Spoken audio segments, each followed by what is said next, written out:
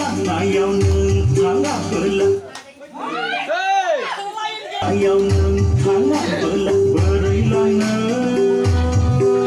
đây là nơ à gì và gắn ta đã ní đông là vùng ngày nơ mưa ra à cười lấy xoan à tên dân lăng lại giàu nương tháng ngàn bữa là một thôi dân lăng lại giàu nương tháng ngàn bữa là nơ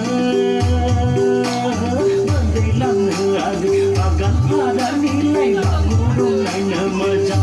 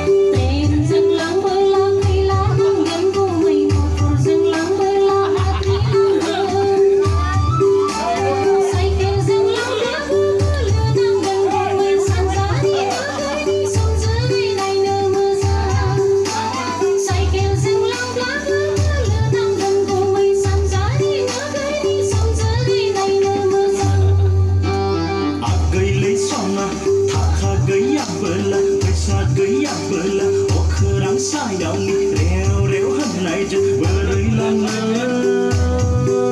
bờ đây lần nữa à gì và cắn ha đã nghĩ lại bạn cũ đúng ngày nở mưa ra à cây lấy xong là thạc hà gấy à bờ là bờ xa gấy à bờ là ô khờ đáng sai đầu nghĩ reo reo hân lại chân bờ đây lần nữa bờ đây lần nữa à gì và cắn ha đã nghĩ lại bạn cũ đúng ngày nở mưa